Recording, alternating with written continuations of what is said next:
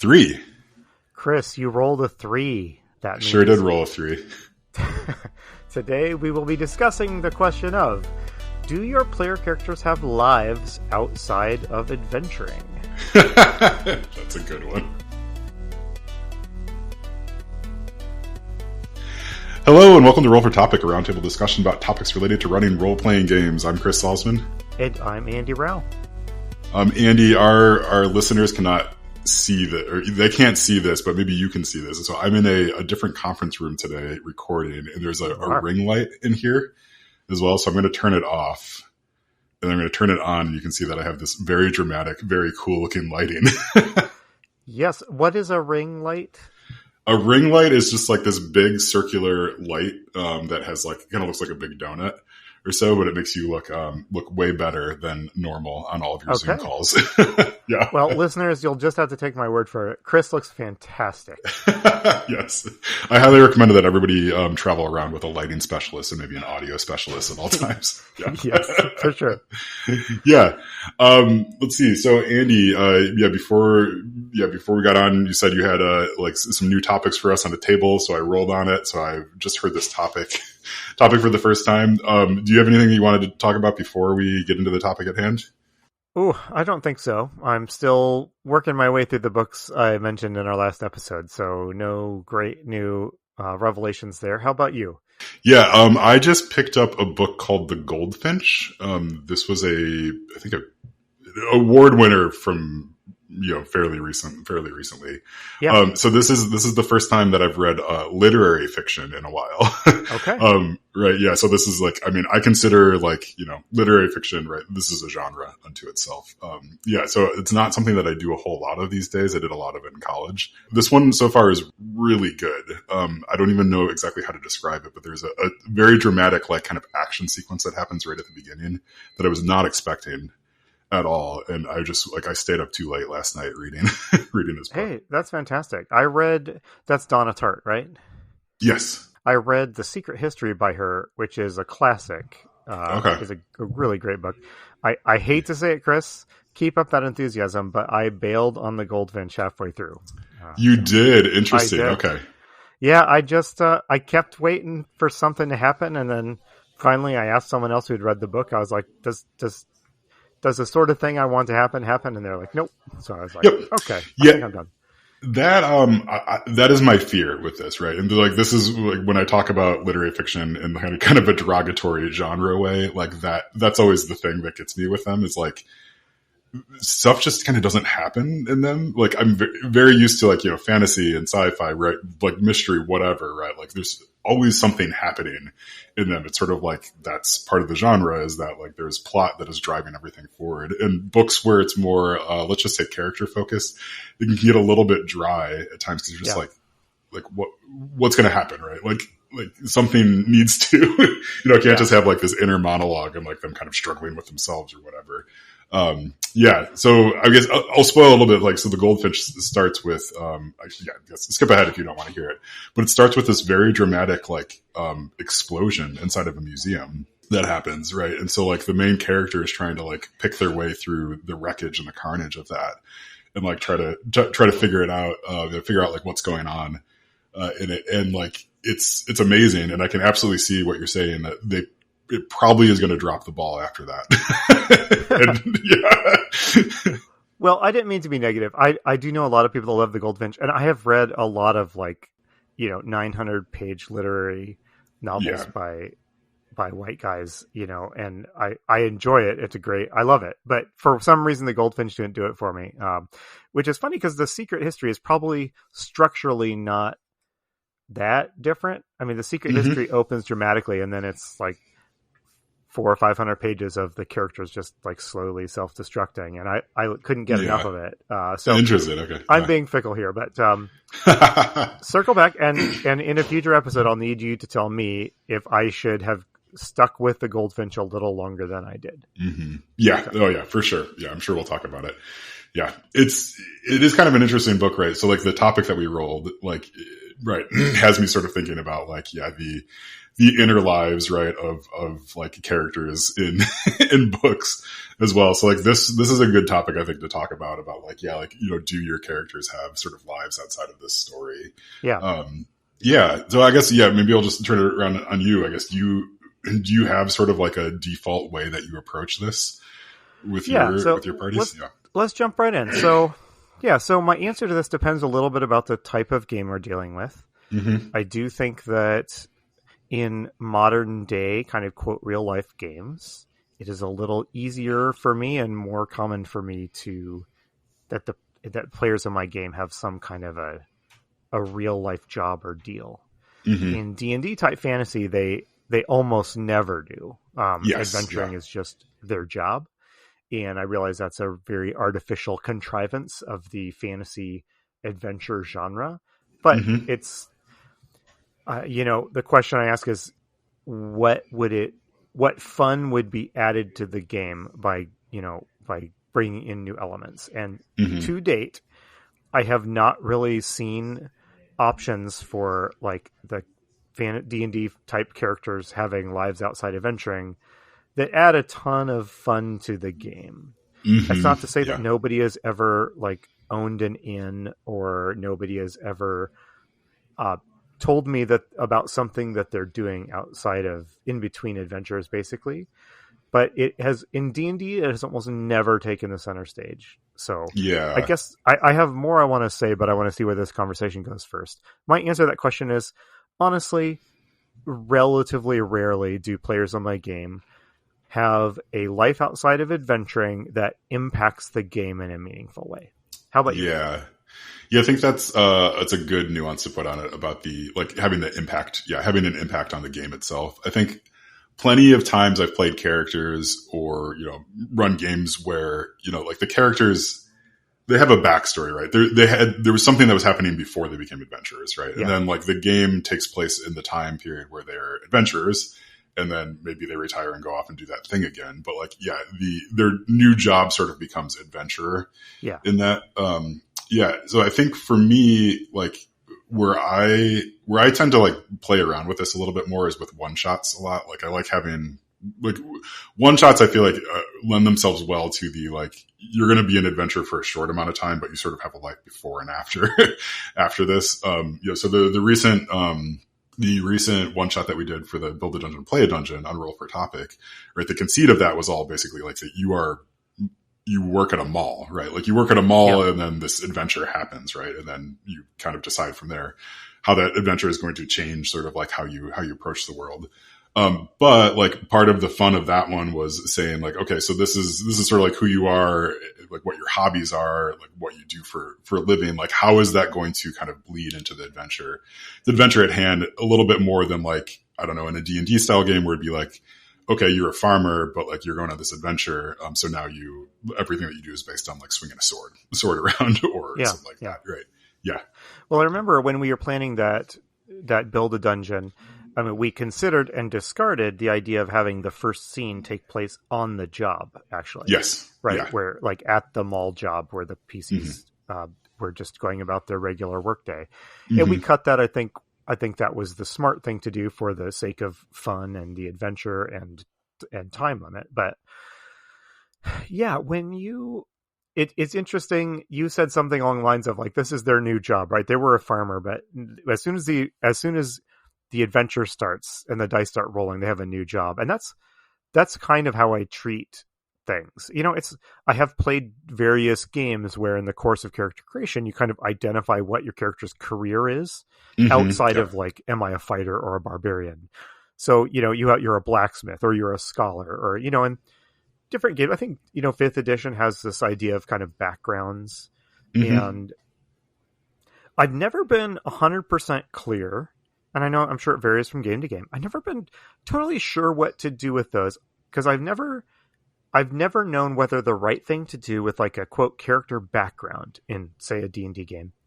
Does that mean that's their job right now and the story should exist in a world where they are also a scholar who teaches at the university?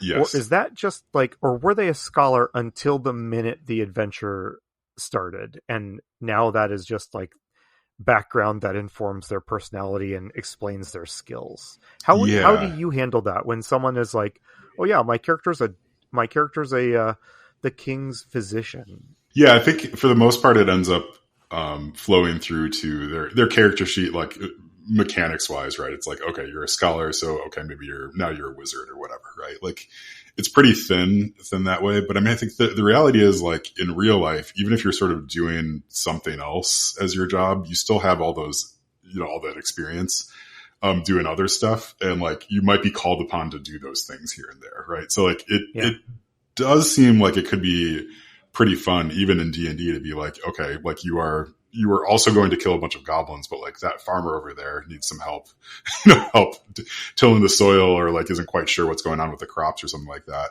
Yeah. So, I mean, I think like pulling things in a little bit like that way too can help. I mean, I feel like, my mind's going like a mile a minute, but I'm thinking about like characters who are dwarves, right? Like that's usually an easy one to like bring into the story, because it's like, okay, like you're a dwarf, like you're probably mining or blacksmithing or something like that. So like anytime that there's rock anywhere, like the dwarf character is gonna be like, can I tell me more about that rock, right? Yeah. So I mean, you can bring it in that way, and I think that can be pretty fun and give people a lot of like agency over sort of who their character is, by being called upon to sort of be the expert here and there on something that they would absolutely know because they've existed as this other person besides an adventurer for so long. So I mean, I think it's like, that's usually how it kind of gets drawn in my fantasy style games. When I think about, so the place where character, profession, and we've just been talking about jobs here, but we should also talk about stuff like family, dependence, stuff like that. But in my Family Cthulhu game, I found, I mean, one of the virtues of a game like Call of Cthulhu is it takes place in the quote unquote real world. And so it kind of adds to the game the more connected your characters are to the real world, right? Yeah. So what I found is, like, I would have a great adventure idea. In this case, it was in New York, and everybody has a job in Boston or Arkham, right? Mm-hmm. So I'm looking at the character sheet. Somebody's a doctor. Somebody's like a psychotherapist, somebody is like a cop, and somebody is something else. How do I can get one of these characters to New York, no problem, right? There's like a medical conference and the doctor's been invited. Yeah. How do I get these other randos into New York and then up there for like the month it's going to take for this adventure to play out? Yes. Like in my case, I realize this is a cop-out, and I wonder about like the role-playing opportunities I missed, but I ended up just basically giving them a rich patron that is like, whatever your jobs were, I have this priority, and I'm just going to kind of fund you to go investigate. Yeah. And it's very hand-wavy. It's kind of like, it feels a little cheap to me as a GM, but it has meant that I don't have to explain, like, can you go to London for 3 weeks? Right. Yes. And so that's worked fine. I'm not complaining about it, but like I said, I do have that nagging sense of like, what if there was a way to like do a little extra work, and would it have added something if we kept all that friction with like real life? Like, what's your husband going to say when you are going to London for 3 weeks? Yeah. With these randos from vastly different social strata, Yeah. I don't know. Like, how might you approach something like that? Or is that a thing you grappled with? Yeah, it's I mean, it's a good question, right? So I mean, like, I'm thinking about like, if I were to tell my wife right now, hey, I'm going to go to London for 3 weeks, it'd be like, no, you're not. Like, like, right, like there'd be an intense amount of friction, right? I've also, this is just sort of a tangent. I recently watched The Godfather for the first time. Okay. It was fine. I also watched The Godfather really late in life, and whatever thing was there that made it amazing was not there in like 2012.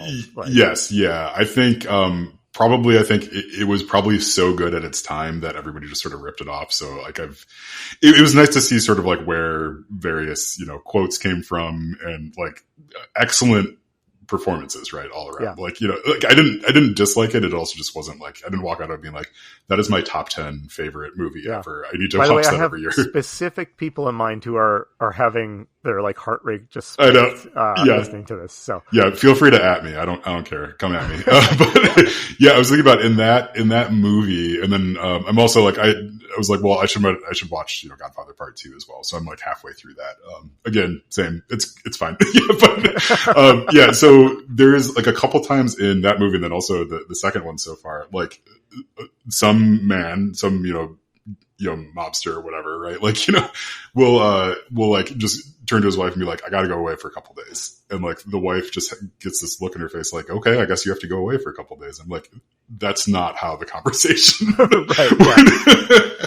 would actually go. Like these days, I guess, maybe sure. Like, if you are. That works when you're married to someone is like literally the worst human in the world. Yes. Who like, is cheating on you, and he's a criminal and stuff like that. Of course, you're going to say, "Sure, don't tell me. I don't want any details." Yeah, it's probably better that you're going to be gone for a few days.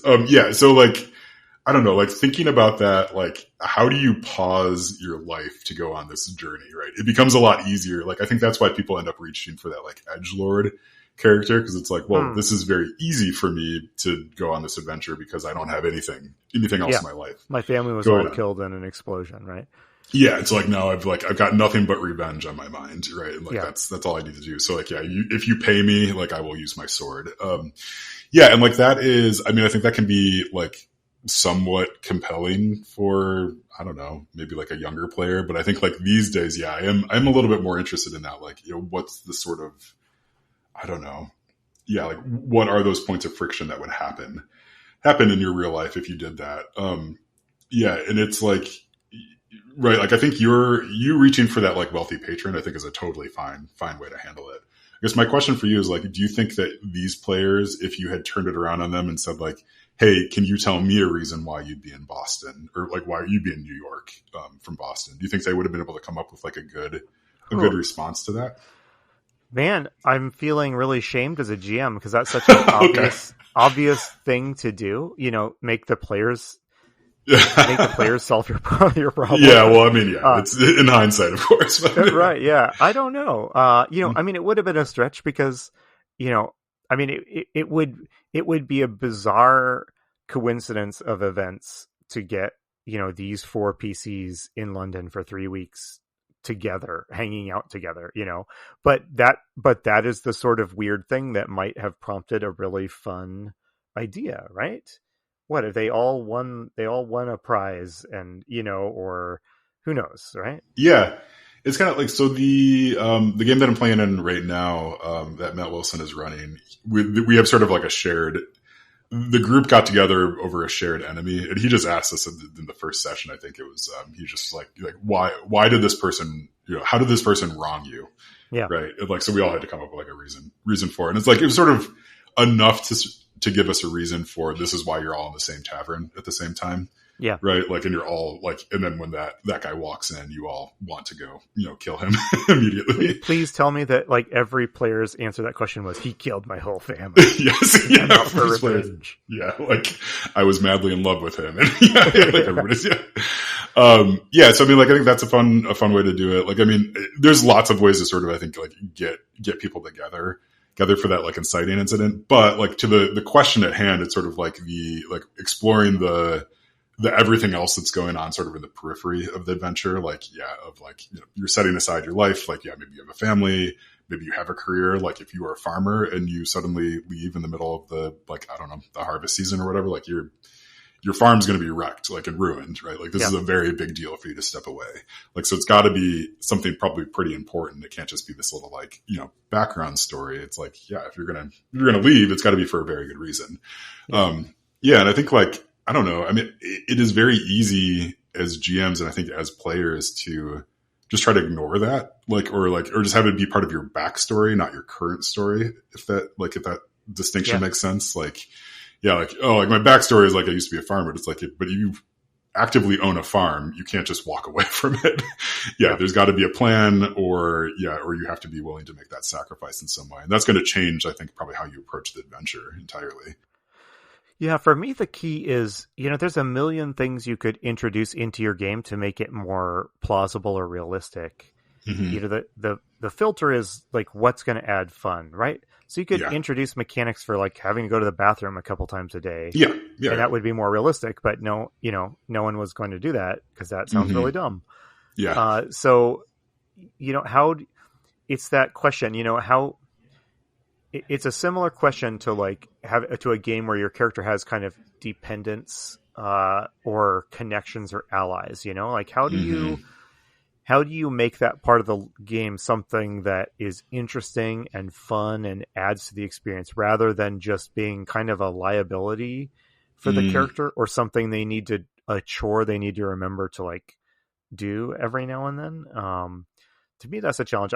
I've always eyed with some envy games like Pendragon, which because of their setting in this case medieval England, have this really structured like adventuring year where Mm-hmm. like if adventures take place in the spring, I don't remember when they take place, but Yeah. the spring is when you go on an adventure, and then after that adventure, the adventuring time of the year is done because you have to go back to your estate and you have to roll on the table to see if you have kids and how your Mm-hmm. business is doing and whether you're managing to keep your castle in good shape, that sort of thing. I've always kind of envied that rigid cycle, which really requires like that very specific historical milieu to make sense. Mm-hmm. But it's, like you couldn't do that with like modern day Cthulhu investigators, right? Like it's not like I don't know, I mean, if you're It's, teachers or something, maybe every summer you can go solve an adventure and then come back in time oh, for that's the that fall sounds semester right. to start. But That sounds rad. Yeah. now I know my brain was just like, that sounds amazing. Could you imagine, a Call of Cthulhu game where everybody's playing like elementary school teachers and they, right? Like you have to go on Yes. adventures during the summer. Oh my goodness. Yeah. It's like Stranger Things, but instead of like the bicycle riding kids, you're their like middle school teachers who you've got Yes. to get your curriculum in Uh-huh. by August 12. And yeah, Yeah, that'd be really great. Like telling Stranger Things from the perspective of like, the teachers in that town being like, yes. what is going on? Like, no one's going to class. No one's doing their homework. Like, yeah. No one has turned an assignment in 3 months. Yeah. They're all playing D&D, hanging out at the pool in the mall. Like, Yeah. So I like, there is like a very genre thing, this idea that you see in shows, and I think RPGs tend to sort of adopt it without consciously saying they are, which is like, this is my new family, this is my new job, Yes. so as artificial as that can kind of be, I do like games like Blades of in the Dark or Scum and Villainy where there is like kind of that back home upkeep phase. Yes. Right? Yeah. In Scum and Villainy, you're like upgrading your ship, and in Blades of the Dark, you're upgrading your lair. Mm-hmm. And is that a realistic depiction of the way real life relationships work? No. In real life, you're doing this stuff all throughout the day while you're on your adventure, right? Yeah. Is it a nod towards like, yeah, you have a place in this world that isn't just like a roaming troublemaker? Yes. Yes. And it's not what we're talking about here exactly, but it's like a step towards it. And those games have made that fun. Like that's a fun part of those games, right? Yeah. Oh yeah, totally. Like, I mean, Blades in the Dark, like the end state for most of your characters is like retiring, right? It's like, you're retiring or otherwise have so much trauma that you can no longer go on any adventures. But it's really fun because I think like you also find yourself and your crew sort of building towards something as well. I think in a way that maybe doesn't happen with D&D where it's like, well, I got to go defeat the big bad guy. Like, because I have to go do that. Versus like Blades, you're very much thinking tactically of like, well, how are we going to build this layer? Like, how are we going to grow? Who are we going to invite into our, into our circle? And like, how are we going to set up our lives basically so that we can retire and, kind of get out of the squalor a little bit. Like, and that's like, that is a strong, I think, just general motivation to have versus the, like, there's a bad guy that we have to go kill. Like, yes, like if you were an adventurer and a hero, you want to go do that. but there is that also that element of like, okay, so then after that, then what? Right? Yeah, for sure. Yeah, I don't know. Have you read or seen the Hunger Games at all? Yes. Okay. I read the original trilogy of books. Yeah. Yeah, I did too. Like, I think that series, more than most, I think like the ending is just so, like, it hits pretty hard for me. Like, cause Yes. like the ending of that story, they do try to address the like, hey, you just went into this like horrible, competition, right? And like had to see a bunch of people die and kill a bunch of people and all that. Right. And like, what's the aftermath of that? Like the author actually spends some time like thinking about like, what's that going to look like? And what it looks like is a lot of trauma and depression and drinking and like, those sorts of things. Yeah. And it is like, I mean, you think about like the average adventuring party, like, could they do all those things and then go back to a normal life ever? And I think the answer is probably no, right? It's like the John Wick, scenario as well. It's like, you're never going to be able to escape this. Like, this is who you are now. Right. And like, so if that's the story that you're telling, I think like maybe even having that sort of that end goal in mind, could be helpful too, about like thinking about like what your story arc of like, okay, if they actually went and did this thing, like who are they going to come back as? Right. Lord of the Rings does this as well. Right. Lord of the Rings does this as well. Like they, the hobbits come back to the Shire and you get to see like how they have to deal with like the fact that they're changed people, right? Like Frodo can't handle it, right? Like, yeah, Frodo can't handle it. And like, yeah, he decides to, go off, at the end. It's like, so it's not just like, I mean, it's like the adventure is really fun, but it's really the kind of the, like the aftermath. I think that's what this question is sort of asking a little bit. Well, it's like, yeah, like how do you deal with that? That's a great point. I mean, not to make this bleak, but my mind goes to war. Right. In the modern world, what is one way that you can get completely plucked out of your regular existence and sent out to, I mean, massive triple quote marks here, but adventure, right? In a place that is utterly disconnected from your real life, and I mean, I like literature written about the Vietnam War experience. So, I'm thinking of people like Tim O'Brien and, they write whole books about what it's like to leave your life, go fight in Vietnam or wherever, and come back. And the story is always, it's really, really hard, right? It just does a massive number on your experience in a way that changes you for life. And I'm not saying that D&D would be more fun if it was more like being drafted into the to go out to Nam, but and I'm not meaning to make light of that at all. I mean, I bring it up because it's such a, in real life, when we do things that are close to the D&D experience, it wrecks us, right? It complete, like we just can't handle it. Yeah.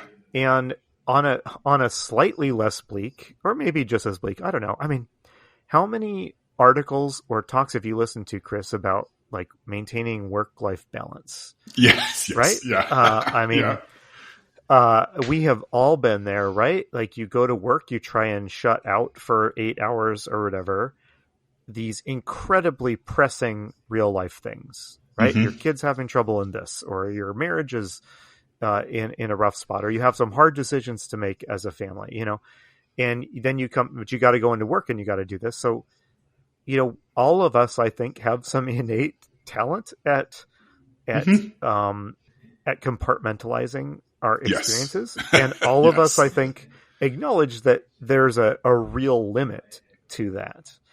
And again, I don't want my D&D players to be making stress rolls about what's going on back home when they're having a fun adventure. Yeah. But it makes me wonder if there is something in there that would be fun, or would add to the stakes or make the experience more enjoyable. Not for the characters, but for the players. Yeah, it's I mean, so a couple of campaigns ago, one of the other players that I was playing with, he had his character had a wife that he would like send letters and stuff back to here and there, and like that was a really fun thing just for the table too, right? And I think like the way it worked really well because it was sort of like a very like positive thing, right? It was like, oh, we got like all this loot or whatever, like we can send it over to her, right? Like we can send it to her, we can send her this message, right? And like right, it's a very like light and airy sort of thing, you know, versus the, I think like what you were kind of alluding to of like, yeah, like if you're having to write these, like, you know, you're in the battlefield in the trenches writing this, like this letter that you think might be your last letter ever back to your wife back home. Yeah. That's less fun, right? I think there's still like something to be had in there. But yeah, but it is like, I don't know, like everything, maybe like that's the real like kind of like I'm maybe like, you know, power fantasy of some of these games as an adult is the fact that you can compartmentalize so much that you can like just turn off your whole life, go do this whole thing that's all you're focused on, and then come back to the thing that you kind of hit pause on. Yeah. Right? It's like that's just not how any of it works, and you know that's fine. Right? You got to tell a story too. Yeah, well, just think about how much of the fiction, the fantasy and sci-fi fiction we read puts a lot of effort into explaining why the main character's old life is now completely exploded and gone to them, right? Like they're an orphan or whatever, you know, they got captured or whatever. You know, like it's part of the way it's part of our cultural way we fantasize is like, what if all of this stuff could just be wiped away by some, you know, awful catastrophe that would also be the first day of my best new life? Right? Yes.